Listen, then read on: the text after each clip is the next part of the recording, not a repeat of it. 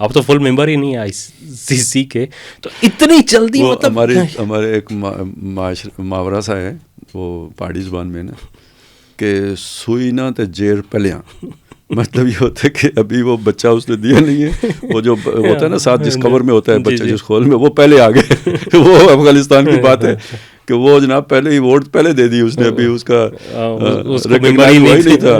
تو اس کے اوپر میں اس مینٹالٹی کی بات کر رہا ہوں کہ یہ صورتحال جب آ گئی ہے آپ کے اوپر کہ ایک تو ٹھیک ہے مطلب آپ ہندوستان سے تعلقات رکھتے ہیں تو اس میں تو شاید کوئی ایسی نہیں ہے, لیکن یہ معاملہ پاکستان کا تو نہیں تھا.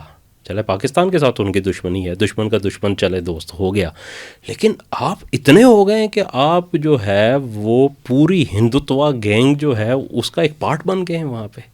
اور اس کے اوپر کوئی مطلب افغانستان کے اندر اس اور کوئی وہی بات آتی ہے کہ یہاں پہ ہمارا جو مذہبی طبقہ ہے جو بڑا مطلب اٹھاتا ہے طالبان کو اس حوالے سے سر کے اوپر کہ جناب وہ تو اسلامی کی جو ہے نا عمارات انہوں نے قائم کی ہوئی ہے, ان کے ہاں بھی کوئی ایسی چیز نظر نہیں آئی. تو یہ والی جو صورتحال ہے وہاں پہ تو تنقید اور احتساب اور اس کا تو کوئی امکان ہی نہیں ہے نا. وہ تو پتہ نہیں کتنے کوڑے پڑتے ہیں اگر آپ وہ جو امام, ویسے تو امام معصوم شیعوں کا تصور ہے صحیح, لیکن اس پر پیورلی اگر کہیں عمل ہو رہا ہے تو وہ افغانستان ہے. ہاں بالکل. کہ آپ وہ جو ہبت اللہ صاحب کے خلاف اگر آپ نے کوئی اس طرح کی تنقیدی بات کر دی تو اس کے نتیجے میں آپ واجب السزا ہوں گے. ہاں, اور زبانی تنقید پہ بھی, حکومت پہ بھی, وہ تو خیر چلے ہم اس کو بھی اصل میں تو یہ امامت معصومہ ہوتی ہے, اصلی والی تو ماشاءاللہ یہاں پہ آئی ہوئی ہے. بالکل. اچھا اب اصل میں دیکھیں یہ جو ہندو رویہ ہے نا اس کو سمجھ لیں اور اسے پوری تاریخ کے تناظر میں سمجھیں. شروع میں تو انہوں نے جو بھی برداشت کیا جیسے بھی ہو گیا نا, وہ بہرحال جنگیں تو ہوئی تھیں. محمد بن قاسم نے بھی جنگ ہی لڑی تھی اور محمود غزنوی نے بھی جنگیں ہی لڑی ہیں, تو کوئی آسانی سے نہیں ہوا تھا. تو وہ ایک ریزسٹنس ہمیشہ اندر رہ جاتی ہے. اگر پبلک قبول بھی کر لے نا تو ایک ریزسٹنس اندر رہ جاتی ہے کہ جو قبول نہیں کرتی باہر سے آنے والوں کو, انویڈرز کو قبول نہیں کیا جاتا. یہ ایران میں بھی ہے, یہ یعنی اسلام کے خلاف ایران میں بھی یہ جذبات رہے ہیں. بالکل ایسی ہے, بلکہ پوری شعوبی تحریک جو ہے نا یہ تو یہ انڈیا میں بھی اس طرح کا تھا, یہ مختلف. اچھا اس میں اب ایران کا ذکر آیا تو ایک میں نے مثال شاید پہلے بھی دی تھی کہ وہ گورنر صاحب نماز پڑھ رہے تھے, ٹھنڈ تھی بہت, تو کسی نے مشورہ دیا, کسی سابقہ مذہبی پیشوا نے جو اب مسلمان تھا, اس نے کہا کہ بہت ٹھنڈ ہوتی ہے, نمازیوں کو تکلیف ہوتی ہے, تو ہم آگے ایک آتش دان نہ روشن کر لیں. ٹھیک ہے, تو ایک میٹھا طریقہ بھی ہوتا ہے. یہ وہ میٹھا طریقہ تھا ہندوستان میں جو وہ اکبر کے ذریعے سے آ رہا تھا. صحیح, اس کا رستہ رک گیا. پھر مختلف ادوار ہیں اس میں, وہ اورنگزیب کا بھی کردار آتا ہے. آپ کیا سمجھتے ہیں دارا شکوہ کی حکومت قائم ہو جاتی تو کیا ہوتا ہے؟ بالکل ٹھیک ہے, تو اس کے پیچھے پورا ایک یعنی ٹیم ورک تھا, دارا شکوہ کوئی اکیلا نہیں تھا. بالکل. اچھا اب آگے جا کے نا دیکھیں, شاہ ولی اللہ کو لکھنا پڑا نا آخر احمد شاہ عبدالی کو. بالکل. تو کوئی ہندوؤں کے اندر مسلمانوں کے خلاف کوئی نفرت پکتی دیکھی ہے تو لکھا ہے نا. تو یہ کوئی اس دور کی پیداوار نہیں ہے, یہ پیچھے سے چلا آ رہا تھا. اچھا ہمارے عام علماء کے ساتھ کیا ہوا, یہ جو متحدہ ہندوستان کے قائل تھے, مسئلہ کیا بنا؟ یہ جو ہندوؤں کے اندر یہ نفرت تھی نا, یہ اسے ناپ نہیں سکے, اسے سمجھ نہیں کر سکے, سینس نہیں کر سکے. وجہ یہ تھی یہ ڈیٹیچ تھے, یہ اپنے مدرسوں میں تھے, نہ انہوں نے کاروبار کرنا. یہ آج والے مولوی تو نہیں تھے جو مزاربے کرتے ہیں, مطلب یہ اللہ والے لوگ تھے, ٹھیک ہے, فقیر لوگ تھے, درویش لوگ تھے, نہ یہ کاروبار میں تھے, نہ یہ ملازمتوں میں کوئی کمپٹیشن تھا ان کو, لہذا انہیں ہندو ذہنیت کا پتہ نہیں چل سکا. عام مسلمان ان کا ڈسا ہوا تھا, وہ اس کا اپنا درد تھا کہ جسے اگر قائد اعظم انگریزی میں بھی بیان کرتے تھے تو وہ سمجھ جاتا تھا. بالکل ایسے ہی, کیونکہ وہ درد اس کا اپنا تھا. اس جوتے نے اسے کاٹا ہوا تھا, اسے پتا تھا وہ جوتا اسے کاٹ رہا تھا, جو مارکیٹ میں بیٹھا ہوا ہے, جو کمپٹیشن, جو ملازمت کے لیے جاتے ہیں, اسے پتہ ہے ہندو کیا ہے. تو یہ در حقیقت اسی عام آدمی نے پاکستان بنایا ہے, اور اس کی آواز بنے ہیں قائد اعظم. تو ان کو لیڈر, مطلب لیڈر مان لیا, قائد اعظم بنا دیا. محمد علی جناح سے قائد اعظم بنا دیا. اور علماء جو اس سے پہلے لیڈر تھے, یعنی اس سے پہلے مسلمانوں کی لیڈرشپ ہندوستان میں کس کے پاس تھی؟ علماء کے پاس تھی. ان سے وہ چھن گئی. کیوں؟ کہ وہ اس وقت ہندوؤں کے ذہن کو پڑھنے میں ناکام رہے, تو پبلک نے ان پر اعتماد کرنا چھوڑ دیا. بالکل ٹھیک ہے. تو اب آ جائیں جناب اس 100 سال میں نا, اس ذہن نے اپنے آپ کو منظم کیا جسے ہم ہندوتوا کہتے ہیں. صحیح, ٹھیک ہے. اب وہ آشکارا ہو رہا ہے, پوری طرح کھل کے سامنے آ رہا ہے. پاکستان کے حوالے سے بھی، بنگلہ دیش کے حوالے سے بھی، اور اس سے بڑھ کر اور کیا ہوگا کہ اگر متحدہ ہندوستان ہوتا تو آج سارے مسلمانوں کے وہ حالات ہوتے جو اس وقت انڈیا کے مسلمانوں کے ہیں. اور وہ کہاں تک ہیں کہ دیکھیں ایک تو ہے نا مسجدیں گرانا، بابری مسجد گرا دی، پھر یہ کہ ایسے قوانین بنانا کہ جس میں مسجد بنانا مشکل ہو جائے، پھر وہ پابندیاں لگانا کہ جو سڑک کے اوپر نماز نہیں پڑھ سکتے، وہ مسجد میں آخر اوور فلو کر جاتی ہے، آپ نے دریاں بچھا لیں، اس پہ آ کے مار دھاڑ کرنا اور اندر تک محدود کرنا. اور اب تو جو ہے نا آپ گھر میں تراویح نہیں پڑھ سکتے، نماز نہیں پڑھ سکتے، کوئی مطلب اس طرح کی چیزیں بھی سر رمضان میں ہوئی ہے. نہیں رمضان میں نہیں، ابھی بریلی میں ایک FIR درج ہوئی ہے کہ جہاں ایک پارٹی تھی اور اس پارٹی میں آئے ہوئے جو لوگ تھے وہ 12 لوگوں نے گھر کے اندر جماعت کروائی، گھر کی پریمیسز کے اندر جماعت کروائی، ان کے اوپر FIR ہو گئی کہ وہاں پہ ان لوگوں نے جو ہے نا وہاں پہ اس کو کیا ہے اور انہوں نے کہا کہ غیر مجاز مذہبی ایکٹیویٹی کی سر انجام دی ہے. تو اس پہ FIR یعنی اس کا مطلب FIR تو تب کٹی کہ قانون ہے، لازمی یہ قانون بن چکا ہوا ہے، یہ مذہبی آزادی حاصل ہو چکی ہوئی ہے اس درجے میں. اب یہ دیکھیے مذہب کا معاملہ ہے، یہ آپ پر امریکہ میں FIR نہیں کٹے گی، اس مسئلے نہیں کٹے گی، پوری دنیا میں کسی جگہ کوئی شاید ہی کوئی ایسی تو جگہ انڈیا میں کٹے گی. تو ان کے اندر جو وہ ہے نا وہ تنگ نظری اس کا وہ آپ کے سامنے. اچھا یہ تو ہم نے چند باتیں بتائی ہیں اور بہت کچھ ہے اس مطلب سنگل میں آپ کو تھوڑی سی ایک بات بتاؤں کہ ایک ہاسپٹل میں خاتون کے اوپر FIR کٹی تھی، کچھ عرصہ پہلے کی بات ہے، وہ بڑا مشہور ہوا تھا واقعہ کہ اس نے جو اس کا پرائیویٹ روم تھا جو ہاسپٹل کے اندر اسے ملا ہوا، اس میں جائے نماز بچھا کے اس نے نماز پڑھی ہے، اس کے اوپر FIR کٹ گئی. ایک مال کے اندر جو ہے جو وہاں پہ ایک خاتون، وہ بھی خاتون ہی تھی، اس نے ایک مال کا افتتاح ہوا، وہاں پہ تھے، اس نے ایک کونا تھا بالکل اکیلا جہاں پہ کوئی آمد و رفت نہیں تھی، اس نے اندھیرے کے اندر جو ہے نیم تاریک جگہ تھی، وہاں پہ اس نے جائے نماز بچھائی اور وہاں پہ نماز پڑھ لی، اس کے اوپر FIR کٹ گئی. یہ صورتحال ہے کہ اس وقت مسلمانوں کے لیے ہندوستان کے اندر اپنے مذہب پہ عمل کرنا یہ مشکل ہو چکا ہے. آپ رمضان آتا ہے تو آپ کے لیے مسائل کھڑے ہو جاتے ہیں، قربانی آتی ہے تو آپ کے لیے بہت بڑا مسئلہ ہو گیا ہے. مطلب ایک تو یہ ہے کہ بیف کی تو قربانی کر ہی نہیں سکتے، اب جو ہے وہ بکرے کی قربانی بھی نہیں کر سکتے. اور یہاں تک صورتحال ہے کہ وہاں پہ جو مختلف جو لوگوں نے گھر خریدے ہوئے ہیں ان کے اوپر باقاعدہ انہیں نوٹس دیے جاتے ہیں کہ آپ گھر میں مچھلی یا مرغی نہیں پکائیں گے، گوشت خوری نہیں کر سکتے، آپ صرف سبزی کھائیں گے، ویجیٹیرین بن جائیں، وہاں پہ لوگوں کو دیا جاتا ہے. اور یہ مطلب مجھے خود میرے دوستوں نے بتایا جو مقبوضہ کشمیر سے تعلق رکھتے ہیں کہ آپ کو دلی شہر کے، ممبئی کے اندر جو ہے اپنا یہ نویڈا کے اندر اور جو گڑگاؤں ہے، گروگرام جسے اب کہا جاتا ہے، یہ مطلب جو IT ہبس ہیں اور جو ایک پوش ایریاز ہیں، اس کے اندر مسلمان کی حیثیت سے آپ کو کوئی گھر اویلیبل نہیں ہے. اگر آپ کسی ایجنٹ کو فون کرتے ہیں، وہاں ریئل اسٹیٹ ایجنٹ کو، اور آپ بتاتے ہیں کہ جی میرا نام محمد فلاں ہے، تو آپ کو وہ کہے گا جی کوئی گھر نہیں ہے اویلیبل. اور اسی کو آپ دوبارہ فون کریں اور اس سے کہیں میرا نام جو ہے نا پرکاش ہے، تو وہ کہے گا جی 50 گھر ہیں، آ جائیں، آپ کو دکھاتے ہیں سارے. یہ صورتحال ہے وہاں پہ کہ آپ کے لیے روزمرہ، اور یہ صرف گھر کے رہنے کے لیے نہیں ہے بلکہ جو اس سے کئی گنا زیادہ وہاں پہ ملازمتوں کا حصول ہے، اس کے اندر کاروبار کرنے کے لیے اب تو باقاعدہ طور پہ لوگوں کو یہ کہہ دیا گیا ہے کہ اپنی جو دکانیں ہیں ان کے اوپر اپنا نام لکھیں. اور اگر مسلمان ہے تو وہ اب پرائیویٹلی کہا گیا، وہ اب اتنے منظم ہو چکے ہوئے ہیں کہ ان سے سودا نہیں خریدنا. مسلمان جو ریڑی والے ہیں وہ جو ہے اپنا نہیں بیچ سکتے، وہاں پہ ریڑی کسی محلے میں جاتی ہے، وہ کہتے ہیں کہ نہیں پھل نہیں بیچ سکتے. تو اصل میں یہ چیزیں اس وقت بھی تھیں، پاکستان بنتے وقت بھی تھیں. اب یہ سمجھنے کی بات ہے، ٹھیک ہے نا، جن کو محسوس کون کر رہا تھا؟ عام مسلمان.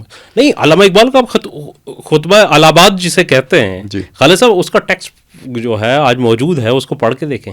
علامہ اقبال نے تو یہ چیزیں 1931 میں بتائی تھی کہ کیوں پاکستان کی ضرورت ہے. پاکستان کا ظاہر ہے اس وقت نام تو نہیں تھا، لیکن ایک الگ یونٹ کی جو ہے وہ ضرورت کیوں پیش آ رہی ہے، کیوں ہم چاہ رہے ہیں کہ ایک الگ یونٹ ہونا چاہیے یہاں پہ.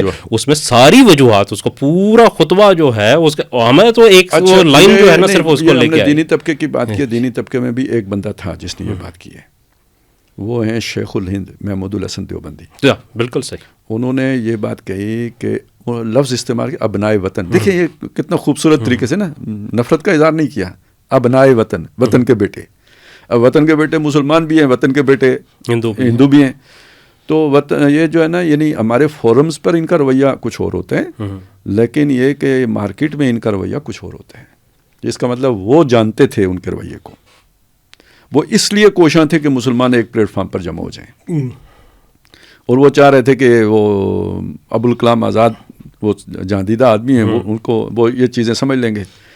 وہ ابوالکلام آزاد کو گاندھی لے گیا نہیں, لیکن ابوالکلام آزاد کو جب نہیں ملا, مطلب گاندھی لے گیا, باقی لوگوں نے مسترد کر دیا تو انہیں جہاں موقع ملا وہ ادھر چلے گئے. مطلب ہمارے ہاتھ سے نکل گیا نا, مطلب وہ ہمارے ہاتھ کا تیر تھا جس کو کوئی اور استعمال کرے گا. وہ شیخ الہند کی بات مان لیتے تو ابوالکلام کی ساری صلاحیتیں مسلمانوں کے لیے استعمال ہوتی. بالکل ایسے ہی, اور شاید وہ لیڈرشپ بھی انہی کے پاس رہتی.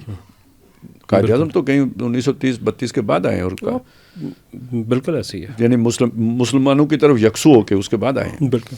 اور علامہ اقبال کو بھی اگر دیکھیں نا, ان کے پاس چوائس ہوتی ابوالکلام کی, تو وہ میچور بھی ہوتی قیادت, سارے علماء ان کے پیچھے ہوتے.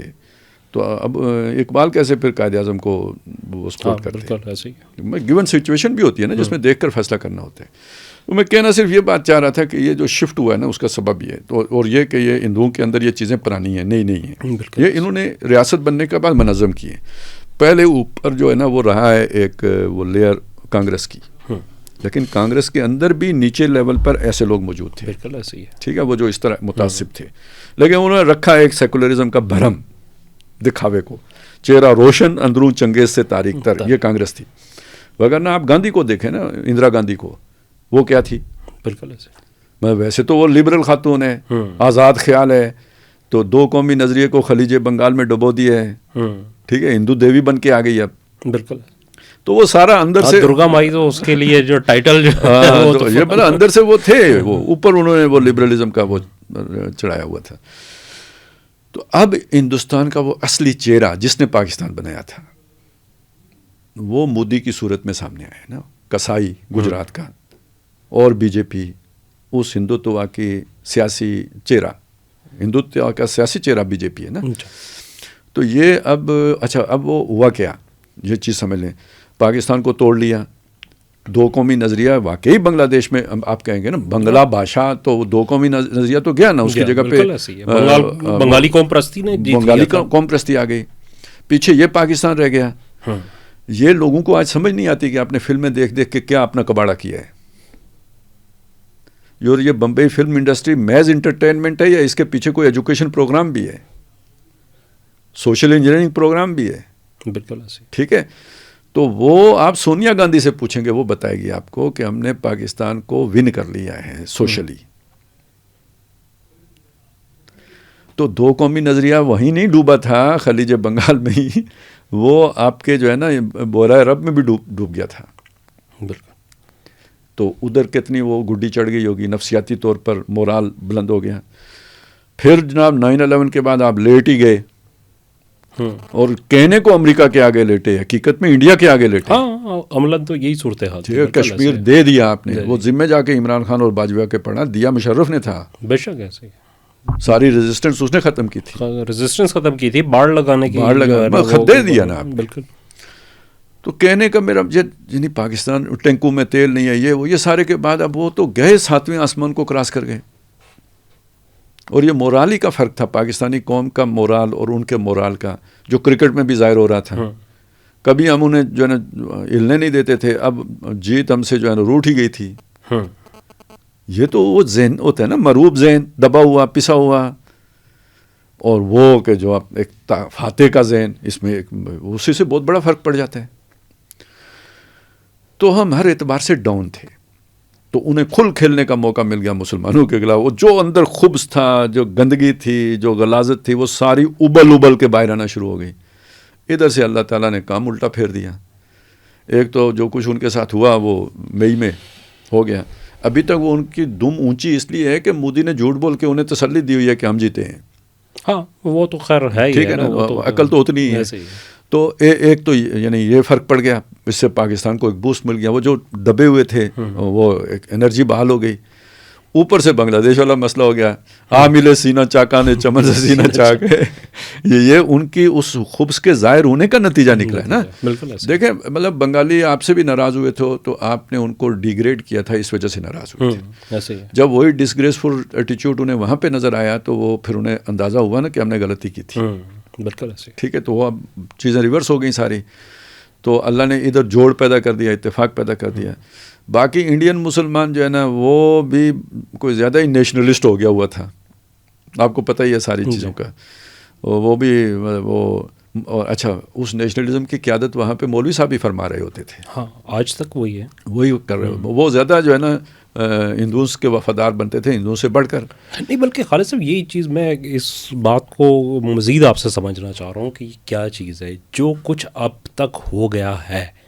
ٹھیک ہے, دیکھیں میں مطلب جب انالیسس اس کے باوجود بھی مولوی صاحب کو سمجھ نہیں, میں یہی چیز آپ سے پوچھ رہا ہوں. دیکھیں آپ اندازہ کریں کہ میں مطلب انڈیا کو, میں صحافت میں آیا تھا تو میرا مطلب پہلی اسائنمنٹ جو تھی نا وہ ایک اخبار میں اس وقت کام کر رہا تھا, تو انڈین پریس ڈائجسٹ ہوتی تھی, وہ اخبارات آتے تھے اس وقت, دوسرے دن آتے تھے, تو ہم ان اخبارات کی سمری بنایا کرتے تھے کہ انڈین اخبارات کی بڑی بڑی خبریں کیا ہیں, کس بارے میں اس کے نا, تو وہ ویکلی چھاپتے تھے. تو یہ میری پہلی مطلب اس دن سے مطلب انڈیا ہمیشہ میری جو ہے نا وہ رہا ہے کہ میں انڈیا کی جتنی پالیسیز ہیں ان کو فالو کرنا, یا اس کو میں حیرت جو ہے نا اس میں ڈوب جاتا ہوں کہ سکھ بہت چھوٹی سی منورٹی ہے, بہت چھوٹی سی, پورے پنجاب اور ہریانہ کے کچھ علاقے میں سکھ پائے جاتے ہیں, اس کے علاوہ کچھ نہیں ہے.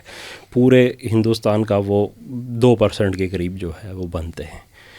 سکھوں نے پورے ہندوستان سے علیحدگی کی موومنٹ جو ہے نا وہاں پہ چلائی ہے, اور آج تک وہ موومنٹ برقرار ہے اپنی جگہ پہ, وہ کسی بھی سطح پہ ہے. چلیں اس وقت اس کا عملی صورت اگر ہندوستان میں موجود نہیں ہے, تب بھی انٹرنیشنل فورمز پہ آج بھی خالصتان ریفرینڈمز ہو رہے ہیں خالصتان کے نام لینے, لیکن سکھ دھڑلے سے کھڑے ہیں وہاں پہ. وہ اپنی بات کو بھی منواتے ہیں, وہ پارلیمنٹ کے اندر بھی بات کرتے ہیں, وہ لوکل اسمبلیز کے اندر بھی بات کرتے ہیں, ہر جگہ پر کرتے ہیں, منظم بھی ہیں پوری طرح سے. مسلمان 16% ہے, 16% بھی یہ سرکاری فگر ہے, جبکہ پریکٹیکلی کہا جاتا ہے کہ یہ شاید اب 19% تک جا چکے ہیں, لیکن اس کا ظاہر کوئی ثبوت نہیں. ہم 16% ہی اس کو مان لیا جائے. ہندوستان کے کم از کم جو ہے وہ 20% اضلاع ایسے ہیں کہ جس میں مسلمان میجورٹی کے اندر ہے, لیکن ہندوستانی نہ پارلیمنٹ کے اندر کوئی ان کی نمائندگی ہے, نہ ان کا کوئی ایک بندہ بولنے والا ہے. حتیٰ کہ جو مذہبی قیادت ہے جو جمعیت علماء ہند کی ہے, وہ تو پورے طور پہ جو کیا کہتے ہیں کہ RSS کو پریزائڈ کرتی ہے. اچھا یہ دیوبندی ہیں, وہاں پہ مسلک اہل حدیث جو ہیں وہ اسماعیل صاحب جو ہیں ان کے مہدی سلفی صاحب, وہ ان سے بڑھ کے جو ہے وہاں پہ وہ کر رہے ہیں. جو بریلوی وہاں پہ سیکٹ ہے اس کی وہ اجمیر کی درگاہ اور ان کے جو گدی نشین ہیں وہ ان سے بڑھ کے جو ہے نا وہاں پہ ایسا لگ رہا ہے کہ ان تینوں کی دوڑ لگی ہوئی ہے. اور ان سے بھی بڑھ کے جو چوتھا فیکٹر ہے وہاں پہ وہ حیدرآباد دکن کے, جہاں پہ کہ مسلمان ایک بڑی اکثریت پہ رہے اور جنہوں نے ہمیشہ جو ہے ہندوستانی مسلمانوں کو لیڈ کیا ہے, وہ اسد الدین اویسی صاحب. وہ اس سے بڑھ کے جو ہے وہ ایسا لگتا ہے کہ مودی کے سب سے بڑے جو ہے نا اس وقت اگر کوئی ان کو سپورٹ کرنے والے ہیں تو وہ کھل کے سامنے آتے. ان ساری صورتحال یہ سب کچھ ہو رہا ہے وہاں پہ, کوئی ریزسٹنس ایک عام جو ہے نا آج بھی پس رہا ہے وہاں پہ. ایک جو مسلمان جو آپ کہہ رہے تھے نا کہ مطلب اس وقت ایک عام ڈسا ہوا تھا, ایک عام مسلمان تو آج بھی وہاں پہ ڈسا ہوا ہے, اور بہت برے طریقے سے. ڈسپریشن اس کی جو ہے نا وہ تصور سے باہر ہے کہ جن حالات میں اسے زندہ رہنا پڑ رہا ہے وہاں پہ, مجبور ہے, لیکن اس کے پاس کوئی راستہ نہیں ہے. کس کی بات کرے وہ؟ اگر وہ بات کرتا ہے تو گھر آ کے بلڈوزر گراتا ہے, اس کے اوپر کوئی بولنے والا نہیں ہے. جو ہیں لوگ وہ الٹا جو ہے اسی کو مورد الزام ٹھہرائیں گے, دہشت گردی. وہ جی اس نے کی کیوں ہے بات ایسی, چپ کر کے رہتا, بولنا ضروری تھا کیا. موب لنچنگ وہاں پہ مسلمانوں کی روز کا معمول بن چکا ہے. وہاں پہ مسلمانوں کے پاس بڑے جو بزنسز تھے وہ اب ختم ہو چکے ہیں. چھوٹی سی چھوٹی دکان کرنے والا بھی وہاں پہ محفوظ نہیں ہے. لیکن یہ پوری قیادت جو مسلمانوں کی ہے, نام نہاد قیادت, اس میں سے کوئی ایک بندہ بھی ایسا نہیں ہے جو وہاں بات کرے. اچھا پہلی بات تو ہم یہ کریں کہ جب ہم نے 16% یا 19% کہا, یعنی 24 کروڑ کے لگ بھگ, بالکل ایسے. اچھا اس میں جو ہے نا ایک بات ماننی پڑے گی, یہ کریڈٹ دینا پڑے گا وہاں کے عام مسلمان کو کہ وہ ہم سے بہتر مسلمان ہیں. میں اپنے سے بہتر سمجھتا ہوں کہ وہ ایک انتہائی نامساعد حالات میں, ہاسٹائل سچویشن میں, وہ کم از کم اس نے اپنا کلمہ پکڑا ہوا ہے اور اپنے دین کو نہیں چھوڑنا ہے. بالکل, یعنی اس نے اپنی ہر شے برباد کروا لی ہے اور ہر وقت وہ خطرے میں ہے. اور وہ سوشلی بھی آپ اسے دیکھیں گے, آپ کو ٹوپی پہننے والے اس کے اندر وہ آپ کو زیادہ نظر آئیں گے. اور اچھا میں نے ان میں اعتماد بھی دیکھا, کوئی گھبرائے ہوئے میں نے نہیں دیکھے, جو بھی کوئی اس طرح کے جو دیکھے نا, تو یعنی یہ کریڈٹ تو ان کو دیں گے ہم, ٹھیک ہے, میں اپنے سے بہتر سمجھتا ہوں. رہ گئی وہاں کی لیڈرشپ. تو بات یہ ہے کہ لیڈرشپ میں آتا کون ہے. میں تھوڑا سا آپ کو ایک اور تجزیہ کر کے دیکھیں. ایک چیز تو یہ ہوتی ہے نا کہ جب آپ ایک سرٹن کسی پارٹی کا حصہ بنتے ہیں تو بہرحال وہ ایجوکیشن آپ کے تحت الشعور تک اتری ہوئی ہوتی ہے.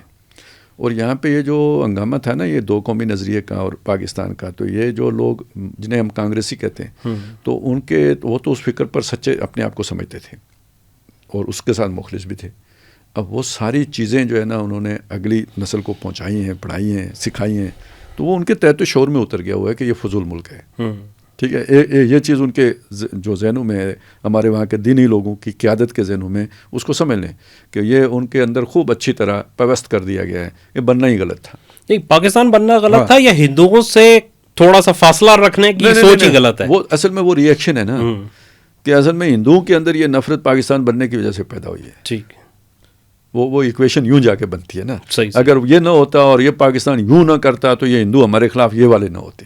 ٹھیک, تو وہ اس وجہ سے بھی ان کی پاکستان سے چڑ زیادہ ہو جاتی ہے. تسلی وہ اس طرح سے دیتے ہیں. وہ ان کی نظر, جیسے آپ کہتے ہیں نا یہ دہشت گرد ہے, تو یہ ہمارا بھی منہ ٹھپوائے گا, جو کام ہم کر رہے ہیں وہ بھی نہیں کروانے دے گا. ٹھیک ہے, تو وہ یہ حیثیت پاکستان کو دے رہے ہیں. ٹھیک, جب وہ اپنے لوگوں کو سمجھاتے ہیں تو یعنی یہ ساری ہم پر مصیبتیں پاکستان کے غلط طرز عمل کی وجہ سے پڑ رہی ہیں. یہ نفرت کا بیج پاکستان نے بویا ہے. یہ نفرت کا بیج اس لیڈرشپ نے بویا ہے کہ جس نے ملک دو ٹکڑے کیے ہیں. تو وہ اس کے لاشعور میں اتر گیا ہوا ہے. ٹھیک ہے, وہ نفرت کہیں یا جو بھی لاوا کہیں, جو اتر گیا. اچھا پھر دوسری بات اب لے لیں کہ بہرحال لیڈرشپ کمپرومائزڈ ہوتی ہے. بہت سادہ سی بات لے لیں, بہرحال یہ مدرسے چلتے ہیں یا جن کے بھی آپ نے نام, درگاہیں چلتی ہیں, تو یہ اگر حکومت کی مرضی نہ ہو تو نہیں چل سکتی.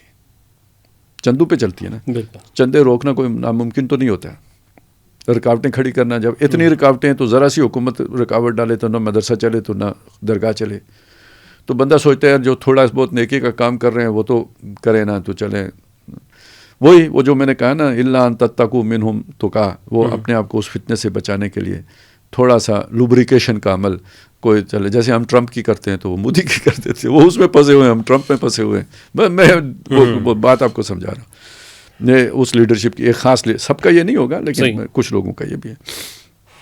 اب کسی کا نام کیا لینا, لیکن کچھ لوگوں کی وہ تقریر سے لگتا ہی ہے کہ یہ والا کام کر رہے ہیں. ٹھیک ہے, اچھا, اور اسی سے وہ سمجھتے ہیں کہ شاید ہم مسلمانوں کے لیے کوئی تھوڑا بہت فائدہ اٹھا لیں. پھر وہاں پہ بہت سارا علمی کام بھی ہوا ہے. مولانا وحید الدین خان صاحب نے جو توحید کے اعلیٰ مضامین بیان کیے ہیں تو وہ شریعت پر کمپرومائز کر کے کیے ہیں, اور مسلمانوں کی علیحدہ شناخت اور تشخص پہ کمپرومائز ہو کر کیے ہیں. توحید تو برہمن کے ہم بھی کچھ نہ کچھ مل جاتی ہے نا, تو توحید کا مضمون باندھنا وہاں پہ مشکل نہیں تھا, وہ انہوں نے باندھا. لہذا وہ جناب RSS کے بھی منظور نظر ہوئے, بلکہ چہیتے ہوئے, بلکہ لاڈلے ہوئے, بلکہ انعام یافتہ ہوئے. ٹھیک ہے نا, تو وہ کیوں کہ توحید تو اکبر کے ہاں بھی تھی. ٹھیک ہے نا, مسجد مندر ہکڑو نور, تو توحید تو اکبر کے ہاں بھی تھی. وہ توحید کا ایک خاص تصور تھا, وجودی توحید جو تھی, تو وہ 3 شمع جلاتے تھے, کہتے روشنی ایک ہی نکلتی ہے. ٹھیک ہے نا, تو توحید وہی توحید بعد میں مولانا وحید الدین خان صاحب نے بھی جو ہے نا اس پہ بڑا گریٹ ورک کیا ہے. ٹھیک ہے نا, تو وہ گریٹ ورک بھی ہے پیچھے. تو ایک آدمی دیکھیں, ویسے ہی آپ اگر تھوڑے پھنسے ہوئے ہوں, ریزسٹ کر رہا ہو, دل نہ مان رہا ہو, یار یہ سچویشن, اوپر سے اس طرح کا فلسفہ آ جائے چکنا چپڑا, تو چکا چوند کر دینا, تو بندہ فوراً قبول کر لیتا ہے کہ وہ, کیونکہ آپ کو کمفرٹ زون میں لے کے آتے ہیں, اور آپ کی توحید بھی نہیں بگڑتی, بلکہ آپ کی توحید باقیوں کی توحید سے اعلیٰ علمی توحید ہو جاتی ہے.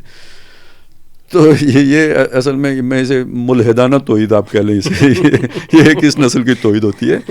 تو یعنی وہ ایک بہانہ بن گیا نا, گمراہی کا معنی بن گیا, آپ کے استدراج ہو گیا وہ, یعنی آپ ایک مغالطے میں مبتلا ہو گئے. تو یہ بہت سارے فیکٹر ہیں کہ گویا آپ سروائیو ہی نہیں کر سکتے. اگر آپ نے کوئی بھی کام کرنا ہے تو کمپرومائز ہو کے کرنا ہے, نہیں تو آپ رہیں گے ہی نہیں. اب اس میں ایڈ کر لیں آخر وہاں پہ انٹیلیجنس ایجنسیز بھی ہیں, وہاں پہ بڑے طاقتور گروپس بھی ہیں, پھر چندے بھی ان کے ذریعے سے بھی لابیاں ہوتی ہیں جو کنٹرول کرتی ہیں, تو جینین لیڈرشپ کو اوپر آنے بھی نہیں دیا جائے گا. ہاں ظاہر ہے وہاں تو جو بھی ہوا ہے, مطلب ہم نے بہت ساری تنظیمیں ایسی دیکھی ہیں. پاپولر فرنٹ ایک بڑا مثال ہے کہ جیسے ہی تھوڑا سا انہوں نے وہ کیا, ابھی کہ ان کا کوئی مطلب عسکریت پسندی والا یا انتہا پسندی والی وہ تو اس پہ لگا دیا جاتا ہے کہ یہ عسکریت پسند ہے. ان کے گھر سے وہ نکل آتے ہیں نا, نہیں وہ نکالنے کی بھی ضرورت نہیں پڑی ان کو, تو ویسے ہی بیانیہ بن جاتے ہیں, بیانیہ بنا کے فارغ. تو وہ جینین لیڈرشپ وہاں پہ ابھر نہیں دی گئی. آخری بات اس میں یہ ہے کہ بہرحال جو بھی ہے وہ یعنی ان کی وہ اگر آپ کی کوئی مخالفت بھی کرتے ہیں نا تو اس کی پرواہ نہیں کرنی چاہیے ان کے ان حالات کی جن سے وہ گزر رہے ہیں. لیکن یہ کہ ان کی ذمہ داری کس کی ہے. دیکھیں یہ تم سب مانتے ہیں نا, ریاست کے مقابلے میں فرد کی کوئی حیثیت نہیں ہوتی. تو ریاست جن کے قبضے میں ہے, اب ان کے اوپر جو ظلم ہو رہا ہے ان کے لیے آواز اٹھانے کی ذمہ داری کس کی ہے. یہ سوال قائد اعظم سے ہوا تھا کہ مسلمانوں کی طاقت منقسم ہو جائے گی تو جو مسلمان ہندوستان میں رہ جائیں گے ان کا والی وارث کون ہوگا, اور یہ قائد اعظم کا جواب تھا کہ ان کی حفاظت پاکستان کرے گا. اور ہم ان کے لیے آواز تک نہ اٹھائیں قومی سطح پر, ریاستی سطح پر. دیکھیں جتنا ہمارے اوپر حق کشمیر کا ہے اتنا ہی حق ہر مسلمان کا ہے جو ہندوستان میں رہتا ہے. کشمیر والے مسلمان کا حق ہم زیادہ اس لیے مانتے ہیں کہ جی ایک تو ہم سمجھتے ہیں کہ وہ نا انصافی سے ہندوستان کو دیا گیا, وہ ہماری طرف آنا چاہیے تھا. پھر ہم سمجھتے ہیں ہماری شارک بھی ہے, تو مفاد بھی جڑا ہوا ہے نا کشمیر کے ساتھ. اصل میں اگر آپ مسلمانی کا تعلق قائم کر کے کسی کے حوالے سے بات کرتے ہیں تو وہ تو ہندوستان کا مسلمان ہے. تو یہاں میری بات سنیں کہ اگر پاکستان میں کسی عیسائی کے ساتھ ظلم ہو تو امریکہ کو تکلیف ہوتی ہے, سوڈان میں ہو تو امریکہ کو تکلیف ہوتی ہے جو ایک لبرل سٹیٹ ہے, برطانیہ کو تکلیف ہوتی ہے, یورپی یونین کو تکلیف ہوتی ہے. ایران میں مسلمانوں کو مارے مظاہرین کے اوپر ظلم ہو تو ساری دنیا جو ہے نا چیخ اٹھتی ہے. تو کیا ہندوستانی مسلمان کا مقدمہ لڑنا پاکستانی حکومت کا کام یا پاکستانی حکمرانوں کا یا پاکستان کا فرض نہیں ہے؟ ان کی اس ظلم کی تصویر کو دنیا کے سامنے اجاگر کرنا کیا ہمارا کام نہیں ہے؟ ان کے جہاز گرانا ہی ہمارا کام ہے. کیوں نہیں بولتے اس پہ؟ دنیا کھا جائے گی کیا یہ کوئی غلط بات ہے جو ہم کریں گے؟ میری سمجھ میں جو آتا ہے نا وہ یہ ہے کہ پہلے ہی بہت پریشر ہے کہ بھئی آپ غزہ کیوں نہیں جاتے. تو اگر مسلمانوں نے پاکستان کو ہندوستان کے مسلمانوں کے حالات معلوم ہو گئے تو پبلک پریشر آ جائے گا کہ بھئی مسلمانوں کی مدد کو چلیں. اور وہ جو بڑی مشکل سے ہم نے دہشت گردی روکی ہے, ہم نے تو مدد کرنی نہیں ہے, تو لوگ کہیں خود اٹھ کے نہ تیار ہو جائیں. اس ڈر کے مارے میں اس نے زن سے کہا, اس ڈر کے مارے آواز ہی نہیں اٹھا رہے. لیکن یہ جرم کتنا بڑا ہے,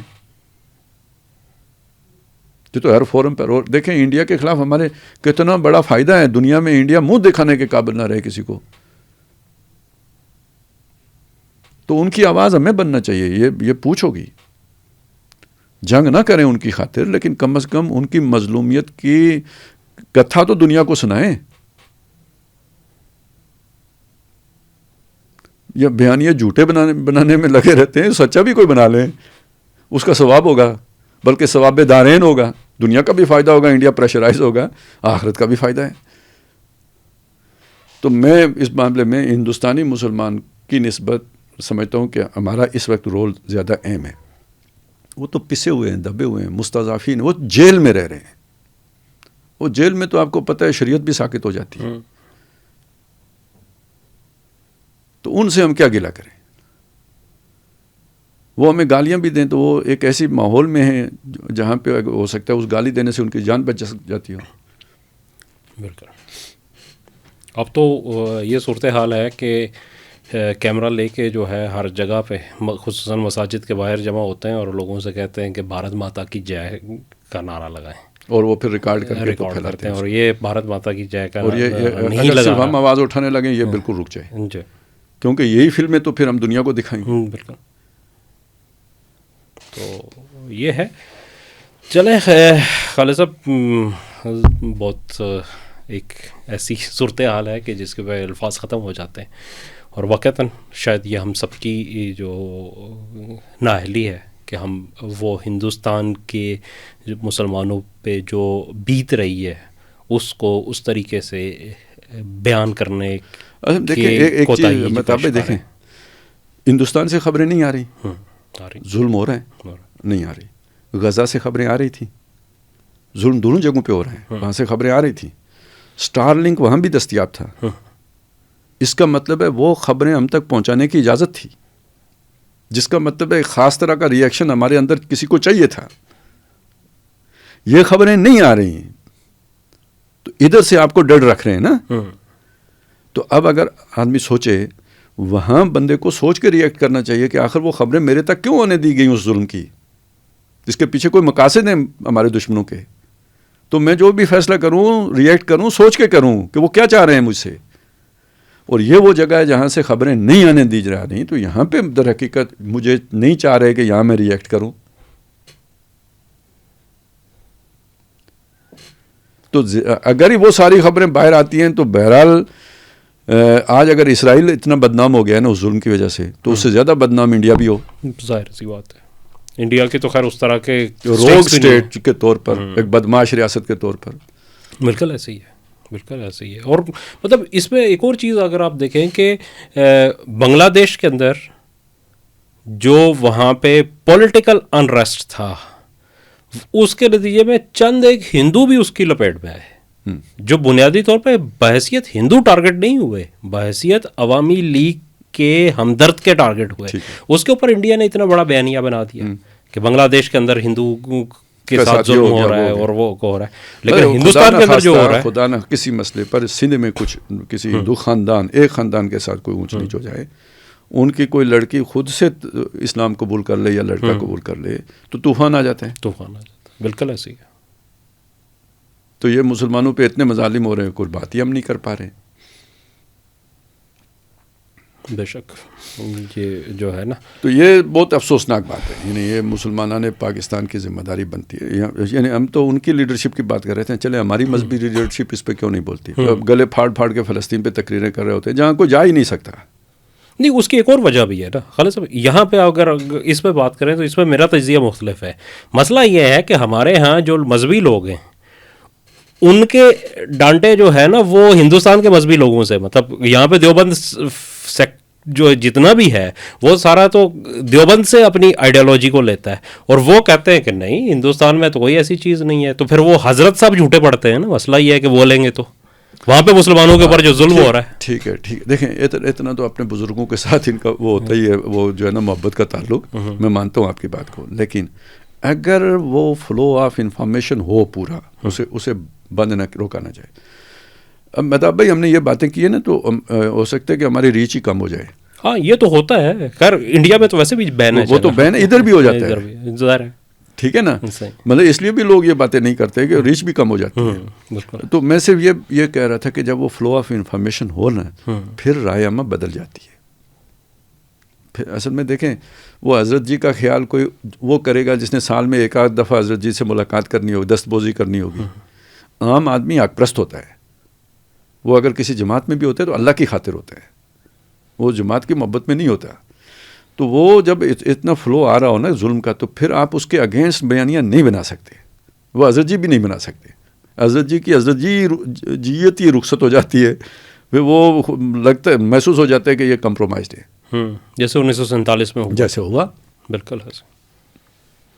اور اچھا خالد صاحب، میرے خیال میں بہت زیادہ جو ہے ہمارا پروگرام کا وقت آگے نکل گیا. ایک آج دو تھے نا، ہاں آج دو تھے تو اس لیے جو ہے نا وہ ہو گیا.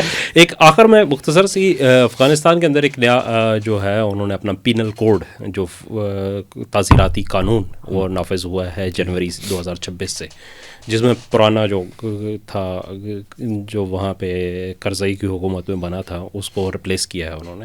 اس کے اوپر ایک تنقید کا بازار گرم ہے. تھوڑا سا ہم بھی اس کے اندر دیکھ لیں. مطلب 2-3 چیزیں ہیں جس کے اوپر بہت زیادہ تنقید کی جا رہی ہے. ایک تو ہے اس کے اوپر کہ وہاں پہ طبقات انہوں نے بیان کیے ہیں کہ جس میں علماء ہے، وہ کام ہے، اشرافیہ ہے، عوام ہے، تو ان طبقات کے حوالے سے کچھ چیزیں کی گئی ہیں کہ کس کے کیا پریویلیج ہوں گے، اور جو جب ان کو کسی تعزیر کے اوپر جو ہے نا وہ ان کی اس سماجی حیثیت کے اوپر ان کی سزائیں مقرر کی ہیں. ایک تو یہ جو ہے نا بہت اس وقت جسے کریٹیسائز ویسٹرن پارٹ پہ کیا گیا. دوسری جس چیز کو انہوں نے کیا ہے وہ ہے کہ انہوں نے جو قوانین بیان کیے ہیں ان کو انہوں نے غلام اور آزاد کے ریفرنس میں بیان کیا گیا کہ غلام کے لیے یہ ہے اور آزاد کے لیے یہ، سارے تو نہیں لیکن کچھ قوانین کو جہاں پہ اس کا تھا انہوں نے اس پہ کیا. تیسری جو سب سے اہم چیز مجھے لگی ہے اس پورے کانٹیکسٹ کے اندر وہ یہ ہے کہ انہوں نے مطلب حنفی دیوبندی جو ہے نا وہ جو فقہ ہے اس کو انہوں نے لیجٹیمیٹ قرار دیا، اور اس کے علاوہ باقی سب کو انہوں نے گمراہ بدعتی فرقات کی ذیل میں رکھ کے انہوں نے کہا کہ ان کے ساتھ معاملہ کیا جائے گا. یہ 3 عوامل ہیں. اچھا، اس میں جو ہے کیا کہتے ہیں جو انہوں نے اس کا ڈیفنس دیا ہے، ایک تو ویسٹ سے ظاہر ہے اس کے اوپر بڑی تنقید آ رہی تھی، تو انہوں نے جو ڈیفینڈ کیا انہوں نے کہا ہم نے تو فقہ جو ہے جو فقہ کے قوانین ہیں ویسے کہ ویسے جو ہے وہاں پہ رکھیں، تو اس میں تو کوئی ہم نے نئی چیز نہیں کی ہے اس کے اوپر. تو اس حوالے سے تھوڑی سی ہم بات کر لیتے ہیں.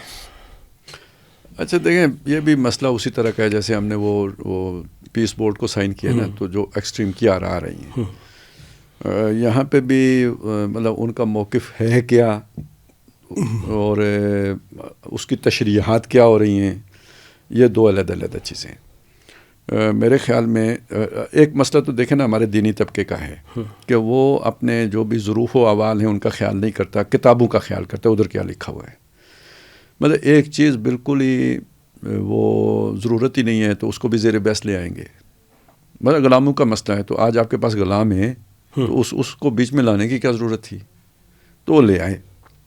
وہ چونکہ کتاب میں لکھا ہوا ہے جیسے انہوں نے کہا تو انہوں نے وہ کر بھی ہیں یا نہیں ہے اس کو بعد میں دیکھیں گے، لیکن چونکہ کتاب میں لکھا ہے تو وہ لانا فرض ہو گیا ہے. تو میرا خیال ہے کہ لانے کی ضرورت ہی نہیں تھی، نہیں لانا چاہیے تھا.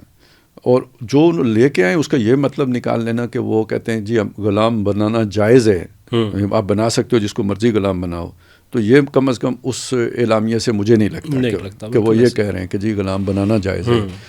وہ مطلب بالفرض اگر ہے تو اس کے یہ سٹیٹس ہوگا. اسلامی ریاست کے اندر یہ ہوتا ہے، یہ ایک مفروضے کے اوپر قائم ہے. آپ کو پتہ ہے وضو کے جو بیان کرتے ہیں جن سے وضو ٹوٹ جاتا ہے تو اس میں کیا عجیب و غریب باتیں بیان کر دیتے ہیں جو انہیں کی امکان ہی نہیں ہوتا تو وہ بھی بیان کر دیتے ہیں. لیکن وہ چونکہ بہرحال ان کی سمجھ کے مطابق وہ کسی جگہ پہ یہ احتمال ہو سکتا ہے تو انہوں نے وہ بھی ڈالے جاتے ہیں. وہی ذہنیت پھر ہر جگہ پہ چلتی ہے. تو بہرحال وہ تو ایک اضافی بات ہے. میں سمجھتا ہوں دوسری طرف سے بھی زیادتی ہو رہی ہے ان چیزوں کو سمجھنے. اچھا بہرحال دیکھیں ہمارے یہاں بھی کچھ چیزیں ریٹن ہیں کوئی ان ریٹن ہے. ویسے یہ ذہن میں رکھیں برطانیہ کا آئین ہے ہی سارا ان ریٹن، روایات پہ چلتا ہے. تو ہماری روایت کیا ہے؟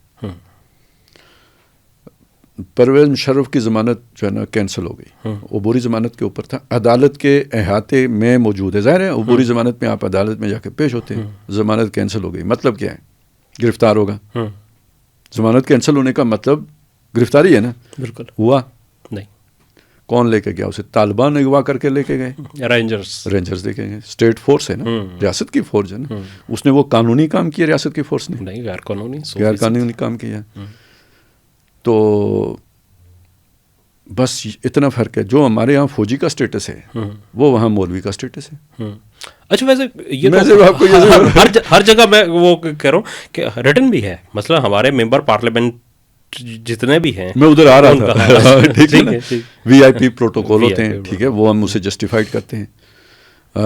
استحقاق مجروح ہو جاتے ہیں. دیکھیں میرا نہیں مجروح ہوتا تو، لیکن ممبر پارلیمنٹ کا استحقاق مجروح ہو جاتا ہے. بھائی انہوں نے وہ والا سٹیٹس جو آپ نے اپنے ممبر پارلیمنٹ کو دیا ہوا ہے، جو آپ نے اپنے فوجی کو دیا یا چیف آف آرمی اسٹاف کو دیا ہوا ہے، یا اب باقاعدہ ریٹن، وہ میں ابھی روایت کی بات کر رہا تھا، اب باقاعدہ قانون کے طور پہ چیف آف آرمی اسٹاف اور پریزیڈنٹ آف پاکستان کو دے دیا ہے، مستثنا قرار دے دیا ہے ہر طرح کے احتساب سے، اکاؤنٹیبلٹی سے. تو وہ انہوں نے اپنے مولوی کو دیا ہوا ہے. ٹھیک ہے، مطلب وہ ان کی بلو بک ہے، وہ ان کی بلو بک ہے. صحیح. اب یہ کہ بھئی ہمارے ہاں یہ بھی مسئلہ ہے کہ بھائی مولوی حلوہ کھاتا ہے، یعنی مولوی کو حلوہ نہیں کھانا چاہیے، باقی لوگوں کو کھانا چاہیے. حلوہ حرام تو نہیں ہے نا، باقی کھا سکتے ہیں، مولوی نہیں کھا سکتا، باقیوں کے لیے جائز ہے.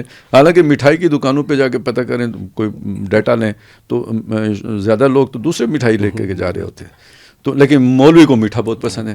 اصل مسئلہ اس کے پیچھے کیا ہوتا ہے؟ مسئلہ اس کے پیچھے یہ ہوتا ہے کہ مولوی کو دنیا کے کاموں سے کیا، اور مرغوبات دنیا سے کیا، اور جو بھی وہ باعث لذت کام و دہن ہے ان سے کیا مولوی کا کام. اس کو تو فقر، فاقہ، بھوک، پیاس جو ہے نا وہ برداشت کرنی چاہیے، اور کڑوائی کھانا چاہیے اسے، اور گندگی پینی چاہیے. تو مولوی کے لیے تو یہ ہونا چاہیے، نعمتیں تو ہمارے لیے ہونی چاہیے. سوچ پیچھے یہ ہے. تو پھر ڈویژن کس نے کی ہے کہ مولوی اور کھائے گا اور ہم اور کھائیں گے؟ وہ کیوں حلوہ کھاتے ہیں؟ حلوہ کھانا تو ہمارا استحقاق ہے. ان اطاعتم بشرا مثلکم، اگر تم نے اپنے ہی جیسے بشر کی اطاعت کر لی، انکم اذا لخاسرون، تو تم خسارہ پاؤ گے. یہ کون کہہ رہا ہے؟ بشر. یعنی ہماری اطاعت تو کرو، اس بشر کی نہیں کرنی تم نے. تو اختلاف کیا ہوا؟ یعنی اس بات پہ اتفاق ہو گیا، کلاسز ہیں، کلاسز ادھر بھی ہیں، کلاسز ادھر بھی ہیں. تو اختلاف کیا ہوا؟ وہاں پہ کلاس وہ والی جو آپ کے یہاں فوجی کی ہے، یا بیوروکریٹ کی ہے، یا ٹاپ بزنس مین کی ہے، یا رولنگ ایلیٹ کی ہے، وہ وہاں پہ مولوی کی ہے. تو ساڑا پھر یہ ہو گیا. ٹھیک ہے. باقی اسلام سے نہ اس جو ہے نا طبقے کا کوئی جو ہے نا ثبوت ہے، نہ اس طبقے کا کوئی ثبوت ہے. اگر آپ اسلام کی بات کرتے ہیں، مولوی کا کوئی اسپیشل اسٹیٹس نہیں ہے. تو جیسے مولوی کا نہیں ہے، کسی دوسرے کا بھی نہیں ہے. یہ اسٹیٹس اگر تھا تو نبی کا تھا، اور نبی نے بھی پریکٹس نہیں کیا ہے. اپنے آپ کو بھی احتساب کے لیے پیش کر دیا ہے، حالانکہ لیگلی رائٹ تھا. اس کے بعد کسی کا نہیں. اہل تشیع کے ہاں امام معصوم کا ہے، باقی اہل تسنن کے ہاں تو کسی کا نہیں ہے. لیکن کلیم کر لینا یا لے لینا یہ جبر ہے، اور یہ اسلام نہیں ہے. یہ زبردستی ہے جو انہوں نے بھی کی ہے. باقی اس میں ہم انہیں کیسے دوش دیں جبکہ خود وہ کر رہے ہیں، خاص طور پہ وہ دانشور کیسے کہ جو اس کو سپورٹ کرتے ہیں. بالکل ان کو تو کوئی حق ہی نہیں پہنچتا یہ بات کریں. تو اس اعتبار سے ان پر یہ الزام بہرحال رکھنا کہ بھائی وہ اسلام کا نام لیتے ہیں، ہم تو ہیں ہی غیر اسلامی، یہ کہہ کے پھر یہ کریں تو پھر بھی ٹھیک ہو جائے گا. لیکن ان کو خوارج قرار دے کے، یعنی پھر خود اسلامی انہیں کو کلیم کر کے، تو پھر ان پر کرنے کا کوئی جواز بنتا نہیں ہے. ٹھیک ہے. وہ وہاں کا مولوی فوجی ہے، اس نے تو اقتدار چھینا ہے نا. ظاہر ہے وہ اسے مسجد کے چندے میں تو اقتدار نہیں ملا نا، اس نے لڑ کے لیا ہے، اور امریکہ سے لڑ کے لیا. بے شک مذاکرات کر کے لیا ہو جو بھی ہے، لیکن یہ ہے کہ مذاکرات کس کے ساتھ کیے جاتے ہیں؟ ہمارے ساتھ تو کسی نے نہیں کیا نا مذاکرات، امریکہ نے ان کے ساتھ ہی کیے. تو کہنے کا میرا مقصد یہ ہے کہ بہرحال وہ یہ سمجھتے ہیں جیسے آپ سمجھتے ہیں یہ ملک ہمارا ہے، وہ سمجھتے ہیں ہمارا ہے. تو بس اسی طرح انہوں نے وہ طبقے شبقے بھی بنا لیے ہیں، اپنی سوچ کے مطابق بنا لیے ہیں. یہ دیکھیں، آپ جتنے بھی لبرل ہو جائیں، جتنے بھی ڈیموکریٹ ہو جائیں، جو بھی ہو جائیں، یہ وہ چیزیں ہیں کہ جن کو دنیا بہرحال پریکٹس کرنے پر اپنے آپ کو مجبور پاتی ہے. بہت دنیا میں تھوڑے ممالک ہیں جنہوں نے اس سے رستگاری حاصل کی ہے. وہ کہیں اسکینڈینیویا میں آپ کو مل جائیں گے، امریکہ برطانیہ بھی اس درجے میں نہیں ہے. ٹھیک ہے نا. ہر جگہ پہ یہ بہرحال کچھ نہ کچھ اونچ نیچ ہے، وہ اس کے بغیر معاشرہ نہیں چلتا ہے، تھوڑے بہت کرنا پڑتا ہے. یا پھر وہ تقویٰ کا وہ معیار پیدا کر دیں جو نبی صلی اللہ علیہ وسلم نے پیدا کیا تھا مدینے میں. ریاست مدینہ کی باتیں تو آسان ہیں، لیکن ویسے لوگ بنانا آسان تو نہیں ہے، کہ جس میں خلیفہ کہے کہ یار جو سب سے کم آمدنی والا شہری ہے اس کے برابر میری تنخواہ رکھے. یہ اگر نہیں ہے تو پھر مجھے بتائیں نا، اگر نہیں کیا پھر. اچھا، یہ اگر فرق نہیں ہے آپ نے رکھا ہوا، تو یہ آپ نے یہ باڑیں کیوں لگائی ہوئی ہیں، اور یہ پروٹوکول کیوں ہوتا ہے، اور یہ فصیلیں کیوں ہوتی ہیں، اور دربان اور دروازے کیوں ہوتے ہیں؟ تو فرق تو ہے نا. آپ نے بھی رکھا ہوا، انہوں نے بھی کر لیا ہے، بس انہوں نے مولوی کو بنا دیا ہے. تو مولوی کو تو آپ نے رکھا ہوا تھا مسجد کے کمی کے طور پر، اس لیے تکلیف ہو گئی ہے. صحیح. میں اس کی بات نہیں، ہوتے ہر جگہ پہ ہے، ادھر بھی ہے ادھر بھی ہے. یہ فرق البتہ یہ کہ بہرحال اگر وہ اسلام کی بات کریں تو یہ نہیں ہونا چاہیے، نہیں ہے. اور جو حکمران ہیں وہ زیادہ جواب دہ ہیں، اور پھر یہ بھی ہے کہ کوئی کلرجی نہیں ہے اسلام میں، کوئی یعنی پاپائیت ٹائپ کوئی چیز اسلام میں نہیں ہے، تو وہ اس پہ ہم اسلام کی حیثیت سے تو تنقید کریں گے جب اس کا، لیکن یہ کہ جب کمپیریزن ہوگا وہ اور یہ، تو پھر اس میں تو ادھر بھی وہی کچھ ہے جو وہاں پہ۔ اچھا یہ ایک چیز رہ گئی ہے مسلک والی، مسلک والی جو چیز، جی جی، اچھا دیکھیں یہ ہمارے جتنے بھی مذہبی طبقات ہیں نا، ان کے ہاں جو رواداری پائی جاتی ہے نا وہ تقریروں میں پائی جاتی ہے۔ جب آپ کوئی بلاتے ہیں اتحاد امت کانفرنس، یہ اس وقت بہت اچھی تقریریں سن لو، جب یہ آپس میں بیٹھے ہوتے ہیں نا تو ہر ایک مسلک جو ہے نا اپنے آپ ہی کو حق پہ سمجھتا ہے، باقی کسی کو نہیں سمجھتا۔ صحیح، یہ میں عام آدمی کی بات نہیں، دیکھیں ہمارے جتنے یہاں اہل تشیع کو علیحدہ کر دیں، جو اہل تسنن ہے نا، ہم نے بچپن میں ایک بات سنی کہ 4 مذہب براک، سنا نا؟ صحیح، تو آپ کسی حنفی عالم کو ذرا ٹٹو لینا تو حق حنفیت ہی نکلے گی، شافی مالکی حنبلی نہیں نکلے، انہیں پتہ ہی نہیں ہے، وہ جو ایک ہمیں پڑھایا گیا نا وہ اب نہیں پڑھایا جاتا، صحیح، ٹھیک ہے نا، حق پہ حنفیت ہی رہ جائے گی، گویا امام مالک، امام شافی اور امام احمد بن حنبل بھی جو ہے نا وہ بھی غیر حق ہو جائیں گے، صحیح، ٹھیک ہے نا۔ اب وہ والا تصور نہیں ہے اولا والا اور وہ والا نہیں ہے، بس وہ یا 4 مذہب برحق کے، یہ بھی نہیں ہے، پڑھا اس طرح دیا گیا ہے۔ پھر یہ کہ آپ کو معلوم ہے، دیکھیں ہمارے ہاں بریلوی اپنے آپ کو اہل سنت کہتے ہیں، اہل سنت والجماعت، وہ کیا کہہ رہے ہوتے ہیں؟ یعنی اہل سنت والجماعت کے نمائندہ ہم ہیں، باقی کیا ہیں؟ غیر اہل سنت والجماعت ہیں۔ تھوڑے سے فرق کے، وہ یہ تو نہیں کہتے دیوبندی کہ ہم اہل سنت والجماعت، وہ تو ٹائٹل انہوں نے لے لیا، پہلے ہی لے دیا۔ تو یہ اب اپنے آپ کو وہ جو طبقہ حقانی، ٹھیک ہے، علماء حقانی، گروہ حقہ ہے، تو اس کا مطلب کیا؟ باقی گروہ غیر حقہ، تو آلموسٹ وہی بات بن جاتی ہے۔ اہل تشیع کے بارے میں سارے اہل تسنن کا وہ گمراہ، ان کے نظر میں یہ سارے جو ہے نا گمراہ، تو اب ان کو مل گیا اقتدار، تو وہ جو دل میں تھا اب اس کو قانون بنانے میں کوئی دیر تو نہیں لگی کہ یہاں پہ فقہ حنفی ہوگی۔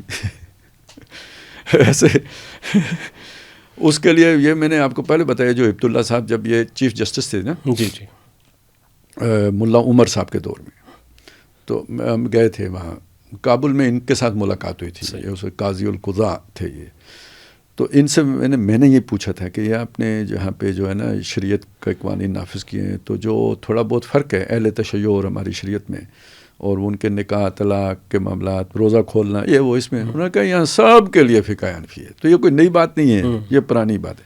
اور انہوں نے یہ بات کہی کہ یہ تو ظاہر کی شاہ کے دور میں بھی فقہ حنفی سب پر اپلائی ہوتی تھی۔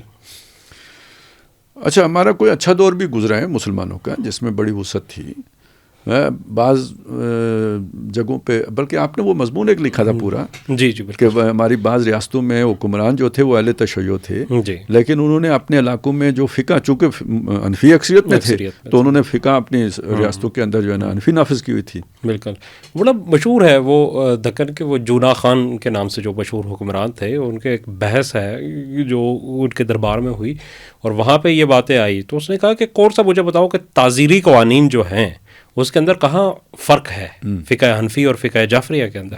جو فرق ہے وہ پرسنل لا کے اندر ہے۔ تو اس نے کہا کہ جب اکثریت میں جو ہے وہی چلے گا تو وہ ایک ہی ہے، تو اس میں کوئی اختلاف نہیں ہے کہ ہم نئے سرے سے یہاں کے لیے ایک مدون کرے۔ اس نے یہ لفظ استعمال کیا کہ اس نے کہ وہ جو اورنگزیب عالمگیر کے دور میں فتاوی عالمگیری جو ہے، اس نے کہا کہ اب ہم نیا یہاں پہ مدون کرنے بیٹھیں گے تو یہ تو 20 سال کا جو ہے نا وہ ہو جائے گا، تو بجائے اس کے جو ہے موجود اس کو کیوں نہ کریں ہم؟ تو یہ مطلب اب اس سوچ کے لوگ کہاں آپ کو ملیں گے؟ تو اب ان کا بھی یہ ہے کہ ان کو پرائیویٹ معاملات میں بھی جو ہے نا وہ فقہ حنفی پہ عمل کرنا پڑے گا۔ اب اس کا تو یہ جو بات آپ بتا رہے ہیں اس میں تو وہ بالکل فرق کر رہا ہے کہ اسٹیٹ کے جو لاز ہوں گے وہ فقہ حنفی کے تابع ہوں گے، اور جو کسی کا پرسنل معاملہ ہوگا اس کو اپنے اپنی فقہ کے مطابق ڈیل کریں گے۔ یہ آئیڈیل بات ہے، یعنی کل اگر مستقبل میں اسلامی حکومت یا اسلامی ریاست قائم ہوتی ہے، یقیناً ہوگی، تو یہ ایک سوچ تو یہ ہو سکتی ہے نا کہ ساری فقہیں ختم کر دو۔ یہ پریکٹیکل جو ہے نا پریکٹیکلی ممکن نہیں ہے، یہ تو فساد پیدا کرنے کا باعث بنے گا۔ کوئی اپنا مسلک چھوڑتا ہے؟ اچھا بلکہ یہ رکاوٹ ہے کہ لوگوں کو ڈر ہے کہ بھائی یہ آ گیا تو ہمارے ختم کر دے گا، تو وہ آ گیا تو ہمارے ختم کر دے گا. اب افغانستان کی جیسی جگہ پہ وہ ہو رہا ہے نا ہمارے سامنے ہے، بالکل ایسے ہی. تو وہ ڈر بھیجا بھی نہیں ہے. تو مولوی تو جب بھی آئے گا یہی کرے گا، جس مسلک کا بھی ہوگا یہی کرے گا. اب اگر اہل تشیع ہیں گے تو وہ نہیں کریں گے جو، بلکہ وہ کریں جو ایران نے کیا ہے. بالکل ایسے ہی. ٹھیک ہے نا، وہاں پہ بھی وہ یہی کریں گے. سلوک کیا گیا. اب یہ اور دور ہے جس میں ہم داخل ہو گئے ہیں، اور وہ کریں گے جو افغانستان میں ہو رہا ہے. بالکل ایسے. تو اس میں اصل بات وہی ہے جو وہ جو حیدرآباد والے جونا کیا نواب جونا خان، جونا خان نے جو بات کی ہے، اصل بات وہی ہے کہ جسے آج دنیا میں سیکولر فیلڈ کہا جاتا ہے، اس میں کسی فقہ کی بات ہی نہ کریں آپ. اب اس کو بھی چھوڑ دیں، انفیت مالکیت حنبلیت کو چھوڑ دیں، آپ قرآن و سنت کی بات کریں. یہ سارا آپ کا علمی وراثت ہے، اس کو لیں، اس سے فائدہ اٹھائیں. لیکن قانون سازی اب اس لیول پہ پارلیمنٹ کرے گی اس قرآن و سنت کی لمٹ کے اندر. صحیح. اتھارٹی قرآن و سنت کو دیں، اس کی تشریح کے لیے ان سب کو استعمال کر لیں، نظائر کے طور پر استعمال کر لیں. تو یہ تو ہوگا کس سطح پہ، جسے سیکولر فیلڈ کہتے ہیں. جو ریلیجیس فیلڈ جسے دنیا میں آج مانا جاتا ہے، وہی پرسنل افیئرس جو ہے، اس میں آپ ہر فقہ کو کھلی چھٹی دے دیں. نماز اپنے طریقے پہ پڑھیں، ٹھیک ہے، روزہ رکھنے کھولنے کا ٹائم اپنے طریقے کے مطابق رکھ لیں. نکاح طلاق کے معاملے کو بھی پرسنل میں رکھیں، وہ بہت سینسٹیو ایشو ہوتا ہے. اسے جیسے ابھی انہوں نے وہ قانون بنایا ہے، وہ گھورنے پہ 3 سال قید، طلاق کی دھمکی دینے پہ 3 سال قید.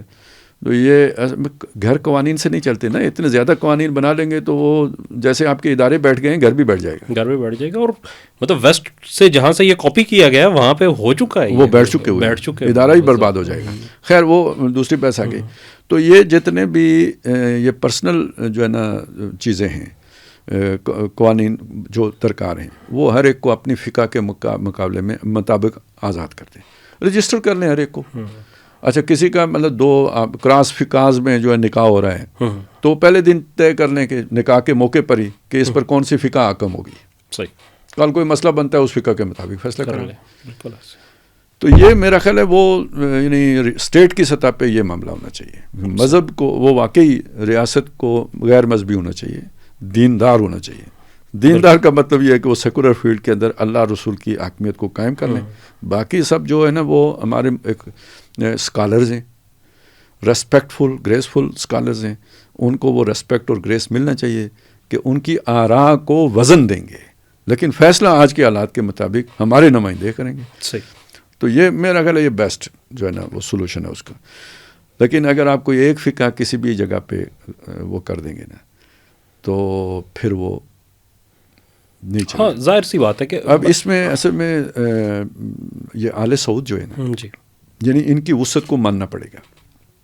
ایک فقہ انہوں نے نافذ کی ہوئی ہے وہاں پہ اپنے لیے، لیکن یہ دیکھیں حرم میں انہوں نے سہولت دی ہوئی ہے آپ کو. وہ کوئی دوسری جماعت کے اوپر پابندی نہیں لگائی ہوئی، کوئی اپنی مرضی وہ اور طریقے سے وہاں پہ نماز پڑھتا ہے، اسے مارتے نہیں ہیں، کچھ نہیں، وہ آزاد ہے اپنے طریقے سے نماز پڑھ لے. کوئی عملی طریقے پہ پڑھتا ہے، کوئی جو ہے نا جعفری طریقے پہ پڑھتا ہے، کچھ نہیں کہتے. تو یہ وسعت درکار ہے. یہ اگر آپ نے ملک چلانا ہے، حکومت کرنی ہے، تو یہ آپ کو اپنے ملک میں بھی کرنا چاہیے.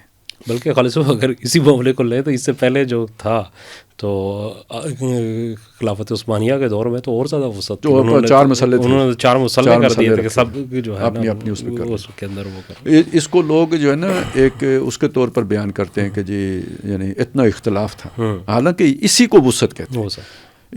یعنی اتفاق کا مطلب یہ نہیں ہے کہ سب ایک فقہ پہ آ جائیں، آ ہی نہیں سکتے، ممکن ہی نہیں ہے، ممکن ہی نہیں ہے. وسعت اور وسیع النظری کا مطلب یہ ہے کہ سب جو ہیں ان کو اپنے اپنی فقہ کے مطابق اپنے پرسنل معاملات میں نماز اس میں عمل کرنے دو. اس کی وہی صورت بنتی ہے. آہستہ آہستہ ایجوکیشن سے کھولو یار، دوسرے کے پیچھے بھی ہو جاتی ہے. انفی کی مالکی کے پیچھے بھی ہو جاتی ہے، حنبلی کے پیچھے بھی ہو جاتی ہے، اور ان کی انفی کے پیچھے بھی ہو جاتی ہے. اختلاف بہت معمولی کے سمجھ. تو خیر چلیں، وہاں تک تو پہنچنے میں بہت دیر لگے گی، لیکن یہ کہ کم از کم اتنا تو ہو، ریاست کی سطح پہ ریاست کو یعنی مسلکی معاملات کے اندر جو ہے نا سختی نہیں کرنی چاہیے. مطلب یہ پھر وہی چیز آ گئی نا کہ وہ ذہنوں کے اندر یہ بات پابست ہے کہ ہمارے فرقے کے علاوہ دوسرا جو ہے نا وہ گمراہ ہے. اصل میں یہ چیز آپ کو فرقہ بناتی ہے. اگر آپ یہ نہ کریں تو آپ فرقہ نہیں ہیں. آپ اپنے مسلک کے مطابق عمل کرنے میں آزاد ہیں. آزاد. جب آپ نے دوسروں کو یہ سمجھا ہے, اصولی طور پر یوں سمجھا ہے کہ میں یہ سمجھتا ہوں کہ ان کی بات کی نسبت ہماری فقہ بہتر ہے, لیکن اس بات کا امکان ہے کہ بعض معاملات میں ان کی فقہ ہم سے بہتر ہو, لیکن میں اس کو کی پیروی یوں آپ یہ اختلاف کہلائے گا, یہ جو میں نے اس طرح اختلاف کرائے. جب میں یہ سوچ رکھوں کہ میرا مسلک جو ہے نا یہ بہتر ہے, جس دوسرے نے اختیار کیا وہ گمراہی ہے, بدعت ہے, تو وہ فرقہ ہے یا نہیں ہے, میں فرقہ ہوں. فرقہ بالکل ایسے ہی ہے. میں مطلب وہ کہنا یہ چاہ رہا تھا کہ اس کو اگر مذہبی معاملے سے ہٹ کے ہم پولیٹیکل سینس میں دیکھیں تو وہی صورتحال بنتی نظر آ رہی ہے جو ایران کی ہے اس وقت, کہ ایران بھی جب 1979 میں وہاں پہ انقلاب آیا تو انہوں نے جس طریقے سے سختی سے شیعہ فقہ کو, فقہ جعفریہ کو, اور پھر اس میں وہ جو ان کی ولایت فقیہ کا جو تھا اس کو نافذ کیا, تو اس کے نتیجے میں جو پھوٹ پڑی ہے وہ آج تک اس کو سٹیبل نہیں کر سکے وہ ایران کے اندر. وہ آج احواز کے اندر بھی نظر آتی ہے. حکومت اسی چکر میں ختم ہوئی. جی ہاں, وہاں پہ بھی کوئی نڑ میں بھی تھا, اور دوسری طرف جو ہے وہ بامیان میں اور اس طرف بھی وہ چیزیں چل رہی تھی. تو آج بھی میرے خیال میں ایک ویجیلنسی یا ایک جو ہے نا وہ بالغ نظری کا تقاضا یہی ہے. مذہبی ذہن جب تک اپنے آپ کو اس سوچ سے نکالتا نہیں ہے نا, تو یہ حکومت کے اہل ہی نہیں ہے, فساد ہی پیدا ہو جائے گا. مطلب جب بھی حکومت ملے گی فساد پیدا ہوگا, کیونکہ مذہب کے معاملے میں ہر بندہ سینسیٹیو ہوتا ہے. وہ دوسرے کی بات کو, مطلب اپنے مذہبی معاملات میں مداخلت کو تو برداشت نہیں کر سکتا. اب آپ دیکھیں نا, بریلویوں کی بات دیوبندی مانیں گے اور دیوبندیوں کو بریلوی مانیں گے, ظاہر ہے نہیں, اور خاص طور پہ سینسیٹیو ایشوز پہ جو ان کے وجہ جو اختلافی ان کے مسئلے ہیں, تو وہ چھوڑ دیں آپ, ہر ایک اپنی مرضی کے مطابق کر لیں. کیا مسئلہ ہے اس کو تبلیغ کے ساتھ, دین نے گنجائش دی ہوئی ہے. ہر ایک نے جو بھی اپنا موقع بنایا بہرحال سنت کی بیس پہ بنایا ہے, کسی نے اپنے گھر سے نہیں وہ تراشا ہے. جس نے بھی موقع بنایا ہے کوئی نہ کوئی اس نے ریفرنس ضرور لیا, حدیث پیش کیے, وہ اس کے نزدیک مستند ہے, آپ کے نزدیک نہیں ہوگی, یا اس کی سند کا وہ معیار نہیں ہوگا, آپ اس کے نظر میں ہے, آپ کی نظر میں نہیں ہے, ٹھیک ہے, یا اس کی انٹرپریٹیشن اور ہوگی, آپ کی اور ہے. لیکن آپ یہ تو نہیں کہہ سکتے کہ وہ سنت سے باہر ہے اور بدعتی ہے. صحیح. تو میرے خیال میں خالد صاحب وقت خاصا ہو گیا آج کی کرتے ہیں. ناظرین, آپ نے آج کی گفتگو سنی, اس کے اوپر آپ کا فیڈ بیک ہمیں جو ہے وہ درکار رہتا ہے ہمیشہ, تاکہ آپ کے سوالات کو بھی ہم انکلوڈ کر سکیں اور آئندہ کے لیے پروگرام کے لیے ہم مزید اس میں بہتری کی جو گنجائش ہے اس کو بھی آئیڈینٹیفائی کر سکیں. تو اپنا فیڈ بیک ضرور دیجیے گا. اگلے پروگرام تک کے لیے اجازت دیجیے. اللہ حافظ.